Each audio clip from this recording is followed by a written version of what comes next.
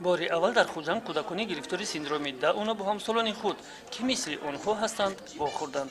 Ин машғулияти арт-терапия аст.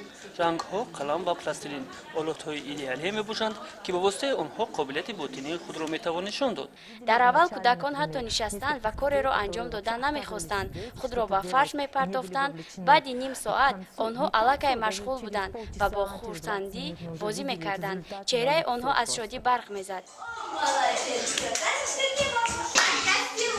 омӯзгорони беҳтарини шаҳр оид ба гимнастика, мусиқинавозон, рассомон ҳар ҳафта бо кӯдакони офтобии шаҳри хуҷанд машғулиятҳои бепул мегузаронанд. барои ҳар як кӯдак дар ин ҷо ҳама чиз бори аввал аст. дар 5 соли охир дар тоҷикистон зиёда аз 400 нафар кӯдакон бо норасоии ирсӣ бо синдроми дауна таваллуд шудаанд. аз чунин ҳолат волидон шарм дошта кӯдаки худро пинҳон мекунанд, метарсанд ки бо онҳо ба кӯча бароянд. ба онҳо сари вақт ёрии аввалияи тиббӣ расонида намешавад. ба воситаи шабакаҳои иҷтимоӣ имкон пайдо шуд ки барои ташхиси гаронбаҳо маблағ ҷамъоварӣ намоянд. дар гурӯҳи вайберии ман 40 чанд нафар волидон буданд. шумораи онҳо ҳоло зиёд мешавад. мо медонем ки ҳама ба вайбер имкони ворид шуданро доранд. дар вохӯрии охирин аллакай 70 нафар волидон ки фарзандонашон гирифтори синдромаи даун ҳастанд иштирок доштанд.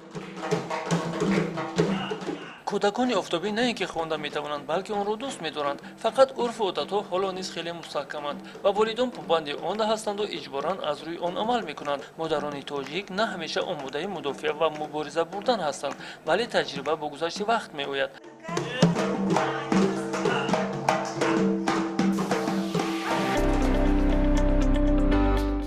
агар шумо таърихи аҷиби худро дошта бошед ё ин ки шумо ба қаҳрамонҳои ин барнома кӯмак расонидан хоҳед, пас ба суроғи электронии мо allow.kz нависед.